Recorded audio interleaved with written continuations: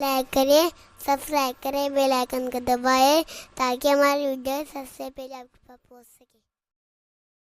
اتل ما اوحی الیک من الکتاب واقیم الصلاۃ ان الصلاۃ تنہی عن الفحشاء والمنکر ولذکر اللہ اکبر واللہ یعلم ما تصنعون صدق اللہ العظیم۔ الصلاۃ والسلام علیک یا رسول اللہ، الصلاۃ والسلام علیک یا حبیب اللہ، الصلاۃ والسلام علیک یا نبی اللہ، الصلاۃ والسلام علیک یا نور اللہ وعلی آلک واصحابک یا حبیب اللہ صلی اللہ تعالی علیہ وسلم۔ میرے پیارے آقا صلی اللہ تعالی علیہ وسلم کے پیارے دیوانوں، آج آپ نے ایمیج کے ذریعے ہفتہ واری اجتماع کے موضوع سے متعلق واقفیت حاصل کر لی ہوگی کہ آج کی ہماری گفتگو کا موضوع نماز پڑھنے کے باوجود بعض نمازی بے حیا کیوں؟ میرے پیارے آقا صلی اللہ تعالی علیہ وسلم کے پیارے دیوانوں، سنی دعوت اسلامی کے ہفتہ واری سنی اجتماع میں جو پوری دنیا کے اندر اس وقت آپ زوم کے ذریعے، انٹرنیٹ کے ذریعے جو سماعت فرما رہے ہیں، میں چاہوں گا کہ ہم تن گوش ہو کر کی گفتگو کو سماعت فرمائیں، اس لیے کہ یہ ایک ایسا حساس موضوع ہے کہ جس کے بارے میں واقفیت حاصل کرنا یہ تمام مسلمان کے لیے بے پناہ ضروری ہے۔ پروردگار جل جلالہ قرآن مقدس میں ارشاد فرماتا ہے اپنے محبوب صلی اللہ تعالی علیہ وسلم سے، اتلو ما اوحی الیک من الکتاب، آپ تلاوت کیجئے اس کتاب کی جو وحی کی گئی آپ کی طرف، وَأَقِمِ الصَّلَاةَ، اور نماز صحیح ادا کیجئے، ان الصلاۃ تنہی عن الفحشاء والمنکر، بے شک نماز منع کرتی ہے بے حیائی اور گناہ سے، وَلَذِكْرُ اللَّهِ اکبر، اور واقعی اللہ تعالی کا ذکر بہت بڑا ہے، وَاللَّهُ يَعْلَمُ مَا تَصْنَعُونَ، اور اللہ تعالی جانتا ہے جو تم کرتے ہو۔ میرے پیارے آقا صلی اللہ تعالی علیہ وسلم کے پیارے دیوانوں، تلاوت اور قرأت کے فرق کو میں نے گزشتہ اجتماع میں آپ کے سامنے پیش کرنے کی سعادت حاصل کی تھی، اور قرآن مقدس کے سلسلے میں کچھ باتیں میں نے آپ کو گزشتہ اجتماع میں سنانے کا شرف حاصل کیا تھا۔ آج موضوع جو بیان کیا گیا ہے، جس کا اعلان کیا گیا ہے، اسی کے حوالے سے کچھ باتیں عرض کرنے کی سعادت حاصل کروں گا انشاءاللہ العظیم۔ اللہ رب العزت جل جلالہ مجھے حق کہنے اور آپ سب کو حق سننے کی توفیق عطا فرمائے۔ یقیناً معاشرے کے اندر الحمدللہ اب نماز پڑھنے والوں کی تعداد کم نہیں ہے پہلے کے مقابلے میں۔ یوں تو آج بھی اگر دیکھا جائے تو دنیا کے اندر بہت کم فیصد ایسے لوگ ہوں گے جو 5 وقتہ نماز کی پابندی کرتے ہوئے نظر آئیں گے، لیکن اگر سروے کیا جائے اور جائزہ لیا جائے پوری دنیا کا تو سب اس نتیجے پر پہنچیں گے کہ بہت سارے نمازی آپ کو ایسے ملیں گے جو نماز بھی پڑھتے ہیں، جھوٹ بھی بولتے ہیں، نماز بھی پڑھتے ہیں، خیانت بھی کرتے ہیں، نماز بھی پڑھتے ہیں، پکچر بھی دیکھتے ہیں، نماز بھی پڑھتے ہیں، بے حیائی کے مرتکب بھی ہوتے ہیں، نماز بھی پڑھتے ہیں اور خیانت کرتے ہوئے بھی نظر آتے ہیں، یہاں تک کہ نماز بھی پڑھتے ہیں اور شاید ہی کوئی برائی ایسی ہو جس سے ان کا دامن آلودہ نہ ہوتا ہو۔ تو جب پروردگار جل جلالہ ارشاد فرماتا ہے کہ بے شک نماز بے حیائی اور بری باتوں سے منع کرتی ہے، روکتی ہے، تو پھر نماز پڑھنے کے باوجود بعض لوگ اس طرح سے گناہ کے اندر اور برائیوں میں کیوں ڈوب جاتے ہیں، اس کی وجہ کیا ہے، اس کا سبب کیا ہے؟ میرے پیارے آقا صلی اللہ تعالی علیہ وسلم کے پیارے دیوانوں، آقا کریم صلی اللہ تعالی علیہ وسلم کے توسل سے پروردگار جل جلالہ نے نماز قائم کرنے کا حکم عطا فرمایا، نماز پڑھنے کا حکم نہیں عطا فرمایا۔ اور اقامت صلاۃ کسے کہتے ہیں؟ اقامت صلاۃ کا مطلب یہ ہوتا ہے کبھی کبھی پڑھنا، جمعہ کو پڑھنا، کبھی 2 وقت کی پڑھنا، کبھی 3 وقت کی پڑھنا، کبھی نماز پر لگ جانا اور کبھی نماز کو چھوڑ دینا، یہ اقامت صلاۃ نہیں ہے۔ اقامت صلاۃ سے مراد یہ ہے کہ نماز مسلسل پڑھنا، بغیر قضا کیے پڑھنا، اور 5 وقت کی نماز پابندی کے ساتھ ادا کرنا۔ اور صوفیاء کرام علیہم الرضوان اور علماء کے نزدیک اقامت صلاۃ سے مراد جماعت سے نماز کرنا، نماز ادا کرنا، اور اگر اللہ رب العزت جل جلالہ توفیق عطا فرمائے تو صف اول میں نماز کا اہتمام کرنا۔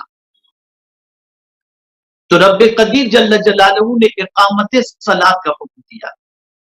یقیناً یہاں پر اقامت صلاۃ سے مراد یہ بھی ہے کہ وضو صحیح طور پر کر کے نماز ادا کرنا،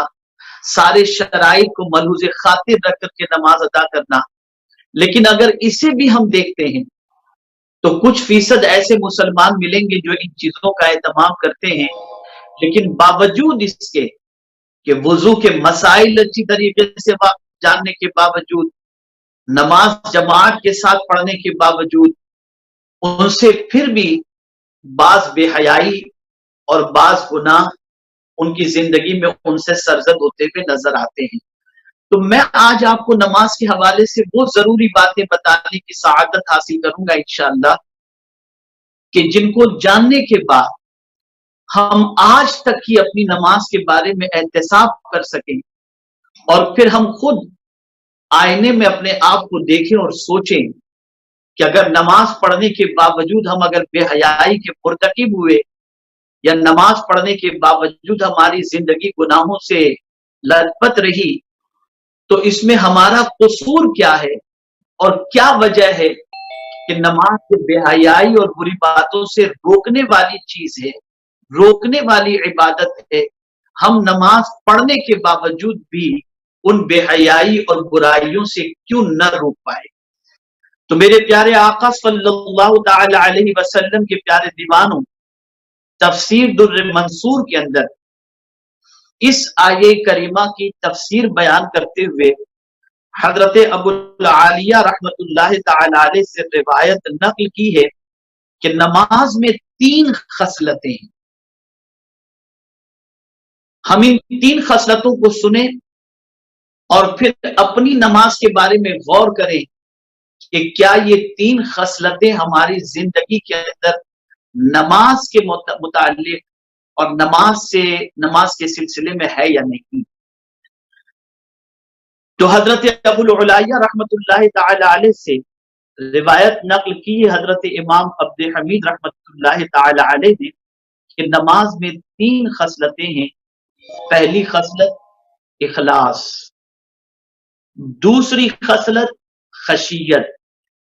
اور تیسری خصلت اللہ کا ذکر۔ وہ نماز جس میں 3 خصلتیں نہ ہوں وہ نماز نہیں۔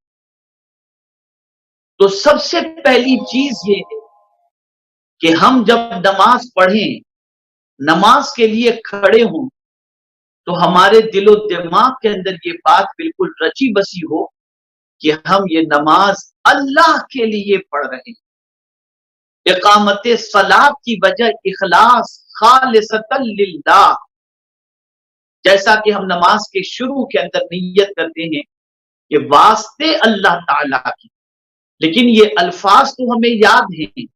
لیکن ان الفاظ کی معنویت اگر دیکھی جائے تو ہماری زندگی کے اندر اس کا اثر نماز کی حالت کے اندر نظر نہیں آتا، یا کوسوں دور ہم اس سے اپنے آپ کو رکھتے ہوئے دکھائی دیتے ہیں۔ تو پہلی چیز جو 3 خصلتیں نمازی کے اندر ہونی چاہیے، ان میں سے پہلی خصلت اخلاص، دوسری چیز ہے دوسری خصلت، اور وہ ہے خشیت۔ اخلاص نمازی کو نیکی کا حکم دیتا ہے۔ اگر کسی کے اندر پیورٹی ہے، اللہ عز و جل کی رضا کے لیے وہ نماز پڑھ رہا ہے، اللہ کو خوش کرنے کے لیے نماز پڑھ رہا ہے، تو یہ اس کا اخلاص اسے نیکی کی طرف مائل کرے گا۔ یعنی اللہ کی رضا کے لیے نماز پڑھ کر کے جب وہ بندہ فارغ ہوگا تو ہمیشہ اچھے کام کی طرف اس کے قدم بڑھیں گے، اور اس کے دل و دماغ میں یہ خیال رچ بس جائے گا کہ میں نے ابھی نماز اللہ کے لیے میں نے ادا کی ہے، تو یہ نماز مجھے اچھائیوں کا حکم دیتی ہے، تو نماز کے بعد وہ برائیوں کی طرف نہیں جائے گا، بلکہ یہ اخلاص جس کے دل میں موجود ہوگا نماز کے وقت، اللہ تعالیٰ اس اخلاص کی برکت سے اسے نیکیوں کا حامل بنا دے گا اور نیکیوں کا عادی بنا دے گا۔ خشیت اسے برائیوں سے روکتی ہے، یعنی ایک نمازی نماز کے وقت اللہ سے ڈر کر کے نماز پڑھ رہا ہے، اللہ کی خشیت کے ساتھ نماز پڑھ رہا ہے، اللہ کے خوف کے ساتھ نماز پڑھ رہا ہے۔ جیسا کہ آپ جانتے ہیں حضرت حسن بصری رضی اللہ المولا تبارک و تعالی عنہ جب نماز کے لیے کھڑے ہوتے تو آپ کا چہرہ فق ہو جاتا، رنگ متغیر ہو جاتا، بدل جاتا۔ کسی پوچھنے والے نے پوچھا کہ حضور جب آپ نماز کے لیے کھڑے ہوتے ہیں تو آپ کے چہرے کا رنگ بدل کیوں جاتا ہے؟ تو ارشاد فرماتے ہیں کیا تمہیں نہیں معلوم میں کس کے سامنے کھڑا ہونے کے لیے جا رہا ہوں؟ جو ساری کائنات کو پیدا کرنے والا ہے، اس رب کے سامنے میں کھڑے ہونے کے لیے جا رہا ہوں۔ آپ اندازہ لگائیں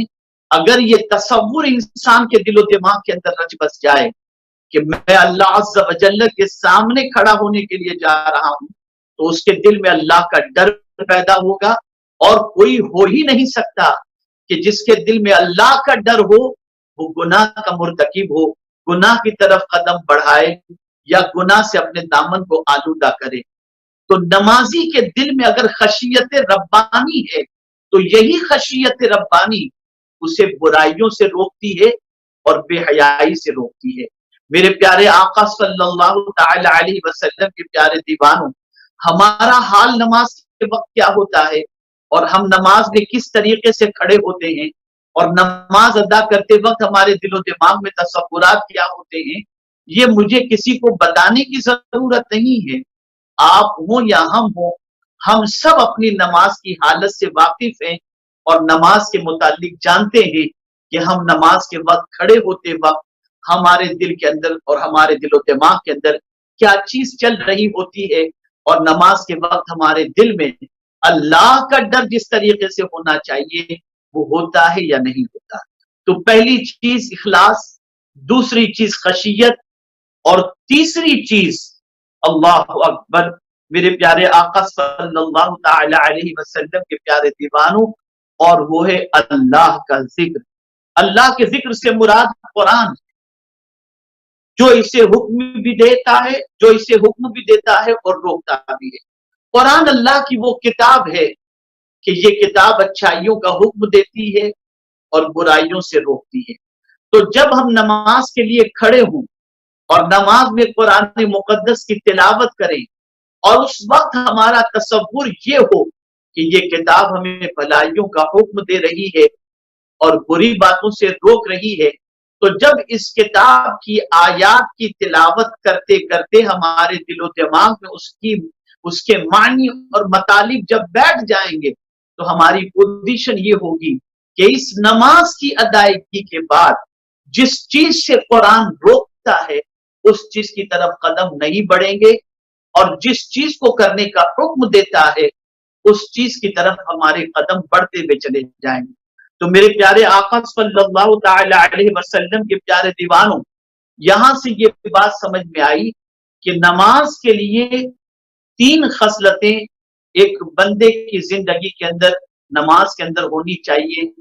اخلاص، خشیت اور اللہ کا ذکر۔ میں آپ کو کیا عرض کروں، میرے پیارے آقا صلی اللہ تعالی علیہ وسلم کے پیارے دیوانوں، بہت سارے نمازی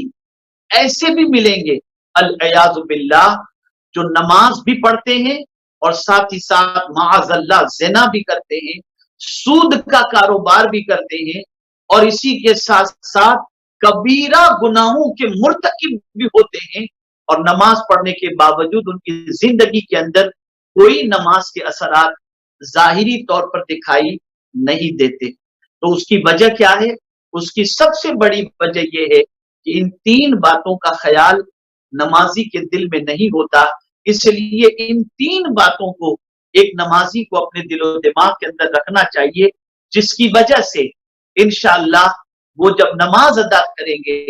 تو نماز پڑھنے والے کو نماز جو ہے وہ انشاءاللہ العظیم برائیوں سے روکے گی۔ اسی طریقے سے میرے پیارے آقا صلی اللہ تعالی علیہ وسلم کے پیارے دیوانوں،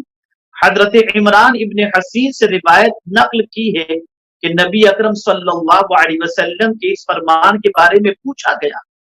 کون سے فرمان کے بارے میں؟ حضور صلی اللہ علیہ وسلم سے پوچھا گیا، ان الصلاۃ تنہی عن الفحشاء والمنکر۔ اس فرمان کے بارے میں حضور صلی اللہ علیہ وسلم سے پوچھا گیا کہ یا رسول اللہ صلی اللہ تعالی علیہ وسلم، اس فرمان کا مطلب کیا ہے؟ تو اب سنیے میرے آقا صلی اللہ علیہ وسلم نے کیا ارشاد فرمایا۔ آقا کریم صلی اللہ علیہ وسلم نے فرمایا، جس کی نماز اسے فحش اور منکر سے نہ روکے اس کی نماز نہیں۔ جب حضور صلی اللہ علیہ وسلم سے اس آیت کے بارے میں پوچھا گیا تو رحمت عالم صلی اللہ علیہ وسلم نے فرمایا، جس نمازی کو نماز فحش اور منکر سے یعنی بے حیائی اور بری باتوں سے نہ روکے اس کی نماز ہی نہیں۔ اس سے آپ اندازہ لگا سکتے ہیں کہ مقصد نماز یہ ہے کہ ہم بے حیائی سے رک جائیں، مقصد نماز یہ ہے کہ ہم برائیوں سے رک جائیں۔ لیکن اگر ہم نے نماز ادا کرنے کے باوجود اپنے آپ کو بے حیائی کے دلدل میں ڈالے رکھا، اپنے آپ کو گناہوں کے اندر گرفتار رکھا، تو اللہ کے رسول صلی اللہ علیہ وسلم کے فرمان کی روشنی میں یہ ہماری نماز ہی نہیں۔ ہمارے ویڈیو کو لائک شیئر ضرور کریے۔